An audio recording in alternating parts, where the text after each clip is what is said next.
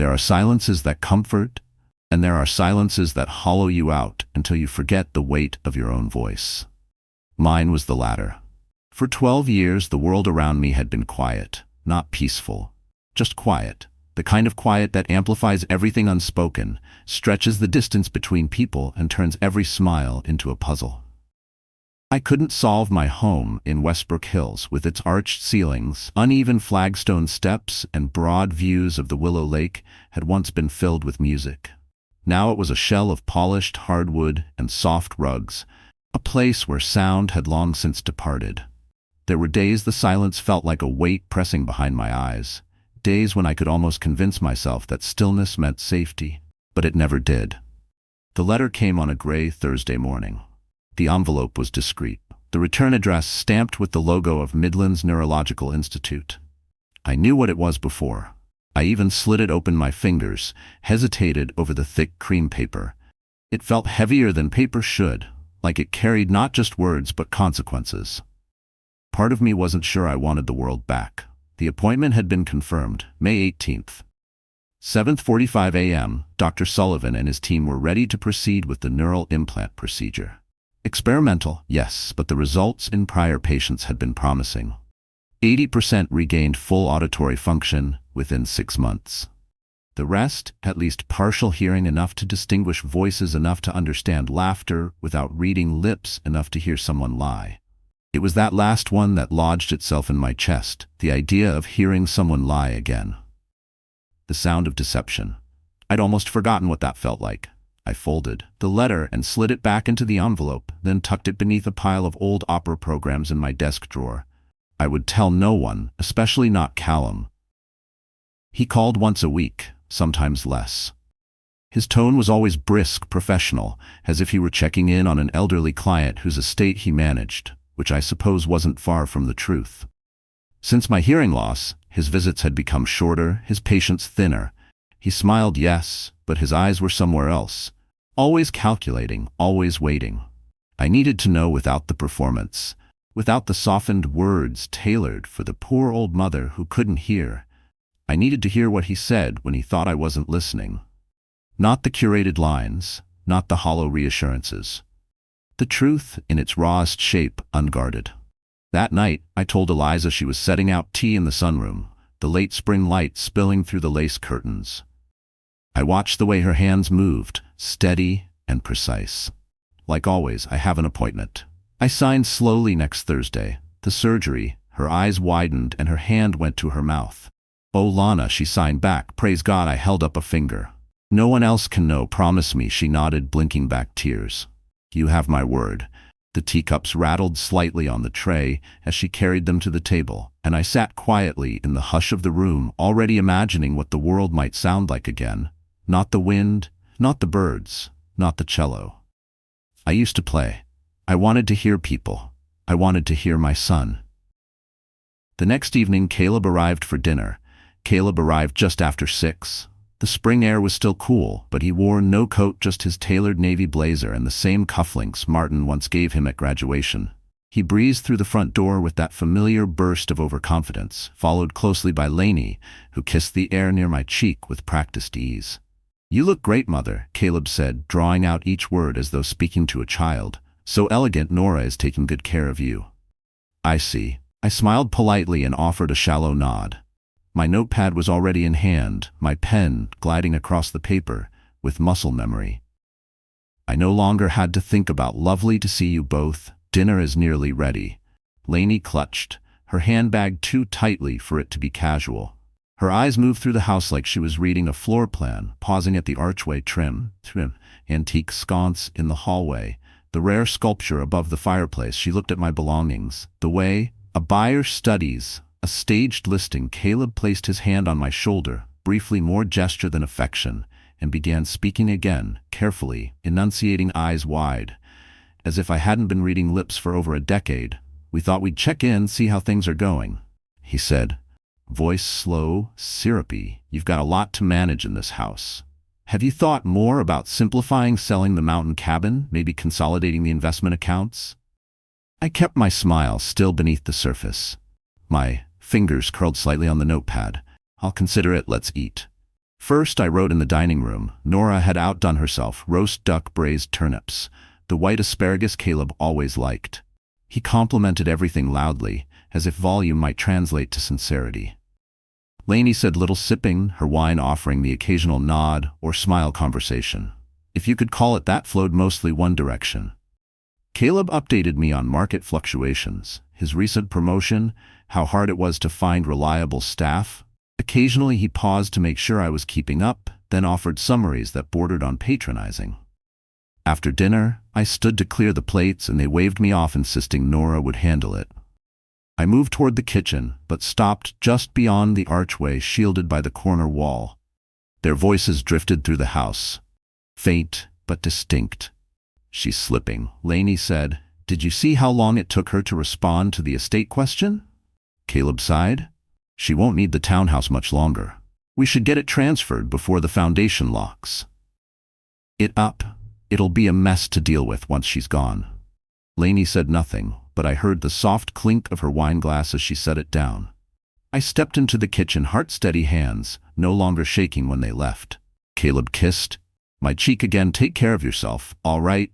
We'll come by again soon." I nodded and waved them off, then turned back inside where Nora was drying. The last dish, I opened the drawer, removed the envelope from beneath the opera programs, and laid it flat on the table. In 7 days, I would hear them without hiding. The first thing I heard was the low hum of fluorescent lighting, then the rhythmic beep of a heart monitor, soft and steady. I kept my eyes closed, afraid that opening them might break the illusion, but the sounds didn't fade. If anything, they sharpened. A door creaked open, footsteps approached, rubber soles on tile. Then a voice, low and measured. "Mrs. Ashworth, can you hear me?" I opened my eyes. Dr. Sullivan stood over me, his kind face split by a cautious smile. I nodded slowly, then whispered the words I'd practiced in my head 1,000 times. "Yes, I can hear you." The sound of my own voice startled me. It came out thinner than I remembered, uncertain, like a rusted hinge groaning back to life. But it was there, and it was mine. I closed my eyes for a second, not to block it out, but to let it settle. The voice was real, outside of memory. For the first time in years, I didn't have to imagine the world, I could meet it. Dr. Sullivan's smile deepened. "Remarkable. Most patients don't respond this quickly." I barely registered his explanation of swelling and adaptation timelines. I heard everything now: the scratch of his pen on the chart, the soft murmur of a nurse in the hallway, the distant hiss of a coffee machine down the corridor. Each sound arrived like a visitor I never thought I'd see again, familiar and impossibly vivid. The world had returned, and with it, so had my purpose later. That afternoon, Eliza arrived with a bouquet of lilacs and eyes already rimmed in red. She sat beside me and reached for my hand. "It worked?" she asked, voice trembling. I nodded and whispered, "Yes, it worked." Tears slipped down her cheeks. "Gracias, adios." I squeezed her fingers gently. "But we don't tell anyone, not yet." Her brow furrowed. "You still want to pretend?" I turned my head toward the window, where the blinds rattled faintly from the afternoon wind. "They think I'm deaf. Let them. It's the one honest thing they've ever said to me." Eliza nodded, wiping her tears with the corner of her scarf. "I'll follow your lead, Sonora. Just tell me what you need the next morning." They discharged me with a folder of instructions and a cautious green light to resume daily life, with moderation. No loud noises, no overstimulation, gradual reintegration, but I wasn't interested in moderation. I had a house full of ghosts, a son full of secrets, and a voice no one knew I'd taken back when we pulled up to the Westbrook Hills townhouse and I stepped out into the bright morning air. I could already hear the locks turning inside. 2 days after the surgery, the house no longer felt like a tomb. It breathed again. Every tick of the grandfather clock, every creak of the floorboards, every rustle of fabric had a voice. Case I'd forgotten. I moved quietly, adjusting to sound in layers, letting the walls teach me how alive they'd always been. Caleb called that afternoon. Nora answered on the house phone as usual. I was in the study, the door half closed, when she brought the handset in and handed it to me with a wink. I pressed the speaker button and left it on the desk. As I moved to the side just beyond view, "Yeah, I know the timing's tight," Caleb said, voice clipped, "but we're talking about temporary diversions. It's not like she even checks the balances anymore. We're managing her exposure, A pause. A laugh. Yes, the trust structure, outdated. I'm working on that. Just move the funds into the holding account by Friday. Clean lines, no flags. He hung up before Nora returned with tea. I kept my expression neutral and thanked her out loud before. Remembering myself, I scribbled a quick thank you on my notepad and passed it across the table. That evening, Caleb came by unexpectedly. I'm bringing a colleague, he'd texted, just to talk options. Don't worry, nothing formal. They arrived an hour later. I was in the parlor thumbing through a music anthology when they stepped inside. I didn't look up, I didn't need to. This is the back sitting room, Caleb said to the stranger. The lot line ends right past the garden wall, but the developer next door is willing to merge parcels. If we move quickly, we can get zoning approvals before things change. That she's okay with selling the man. Asked, she's not exactly in a position to object, Caleb said, lowering his voice. I kept my hands still in my lap. The next morning, I called Mason Ellery. I need a private audit, I said calmly. Every account, every asset, every transaction tied to Caleb's name. He didn't ask questions, just a clipped, understood, I'll start. Today, we met later in his office, where I dictated changes to a new will, different allocations, charitable trusts, asset protections. Caleb's name removed from every control clause, but I told Mason not to file it, not yet hold it until I say otherwise. I said I need to watch a little longer. By the time I left the firm's glass building and stepped back into the bustle of Westbridge traffic, I could hear everything: the wheels of a stroller on the sidewalk, a distant bus brake, the clipped chatter of passers-by. I returned home before sunset that night. The phone rang again. This time it was Lainey. Lainey's voice floated up the staircase before I even realized she was in the house. I had left the study door ajar. My hearing aids tuned low to muffle the tiny hum of the city beyond the windows. She must have thought I was asleep. She doesn't even blink anymore. When you talk about her accounts, Lainey said, sharp with laughter. It's like having a mute pet that owns a mansion.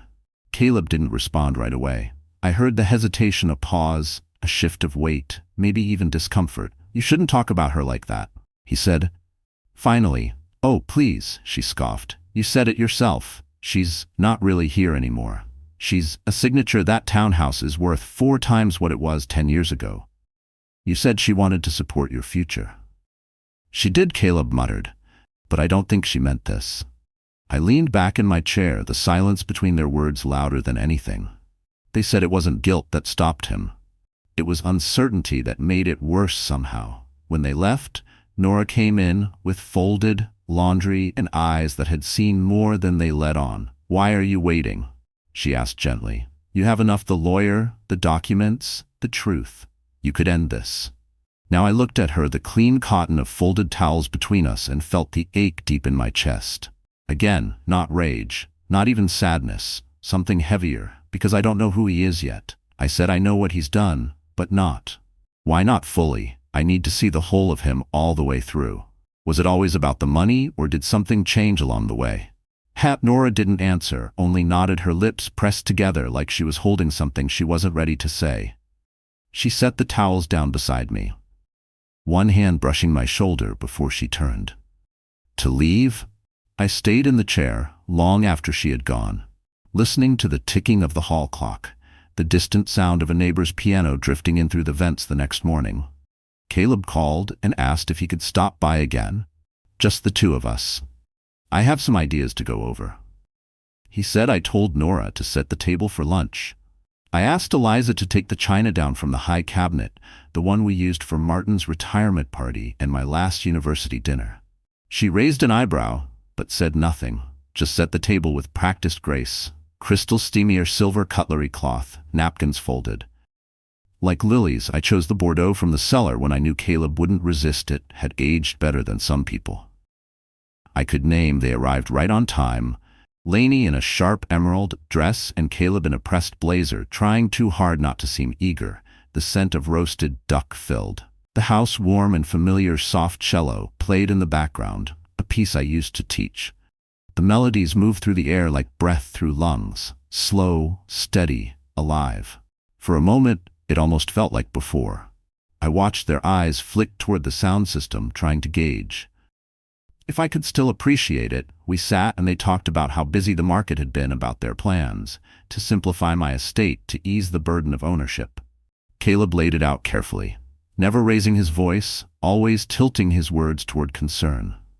"You've done so much, Mother," he said gently, hands folded like a priest in a confessional. "Let us take care of you now, just a few signatures to relieve you of the logistics." Nothing would change.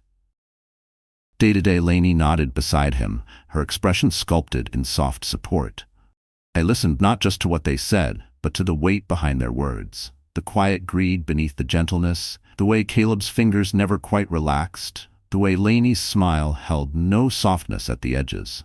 I sipped my wine and wrote in my notepad.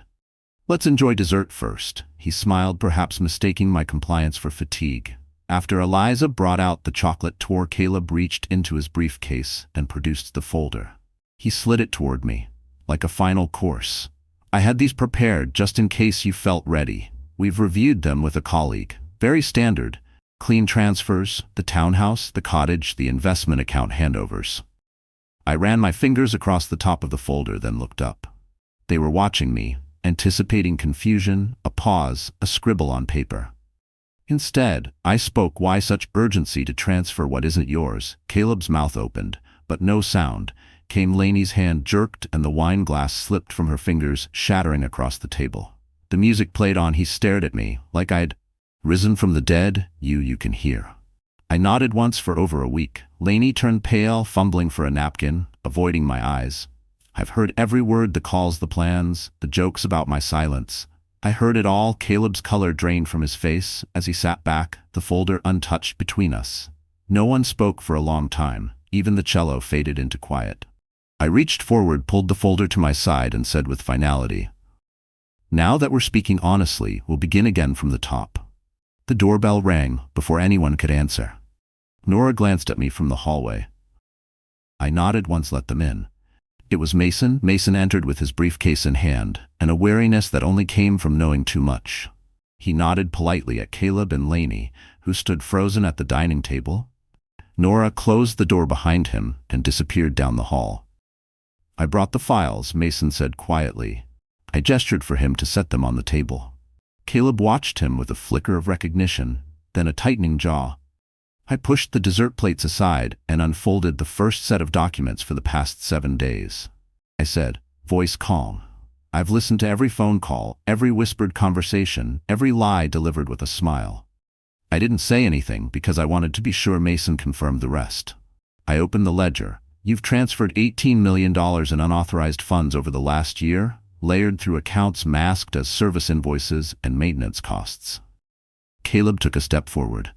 Hands raised. "It's not what you think. I was reallocating short-term positions to avoid tax hits, backdoor deals with developers.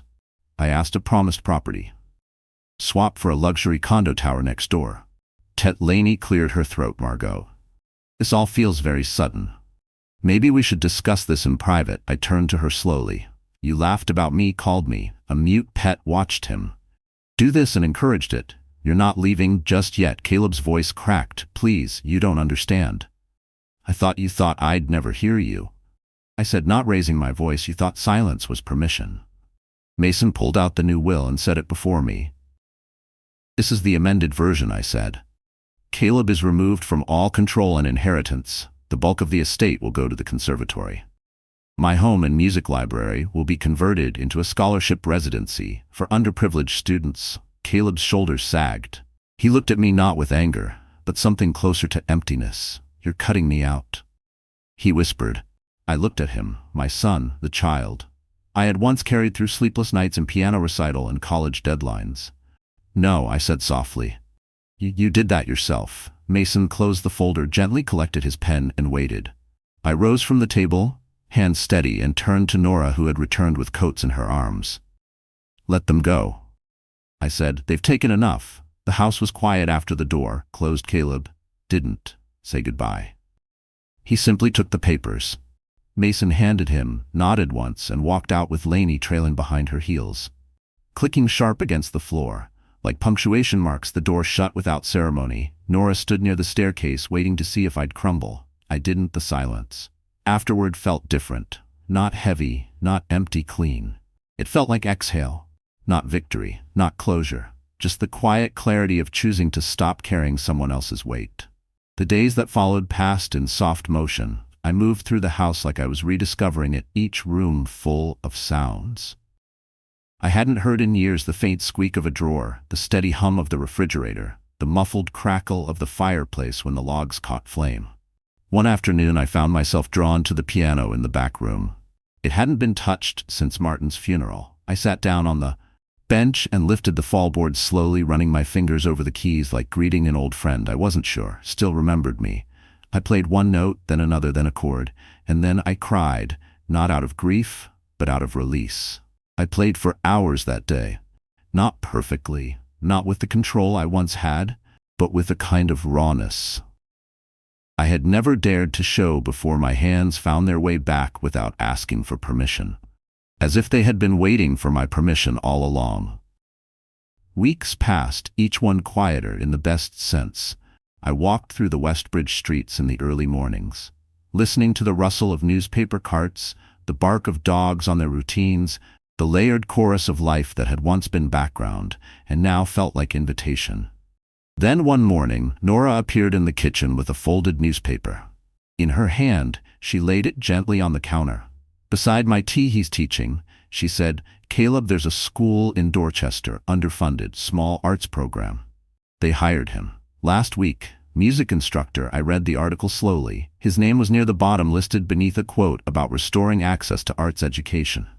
There was no mention of me, no mention of the money, just a photo of him, holding a battered cello with a small group of middle schoolers in wrinkled uniforms. I closed the paper and stared out the window for a long time. Maybe this was the version of him I was meant to see, stripped of legacy, stripped of entitlement, standing on his own, without applause, without inheritance, just the quiet weight of doing something decent.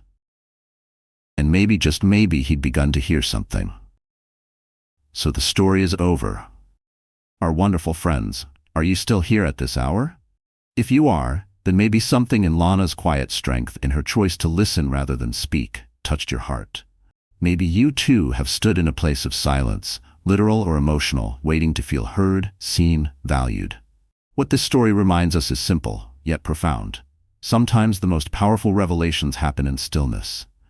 As Rumi once said, the quieter you become, the more you are able to hear. Lana's silence wasn't weakness, it was watchfulness, it was patience, and finally, it was her reclaiming of self. She didn't rush to confront or to punish. She waited until she understood fully, not just what had been done, but why.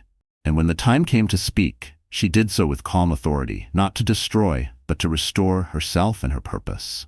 Her house, once hollow with loss, became whole again. Her piano, untouched for years, sang with a new kind of truth. And even Caleb, once blinded by entitlement, found himself stripped down to something real. Someone perhaps just beginning to understand love without condition. So maybe you're carrying something too. Maybe you've been watching, waiting, wondering if you should speak. Let Lana's story be a mirror. Healing is not always loud. Sometimes it comes when we quietly claim what's ours, the right to peace, to honesty, to starting again.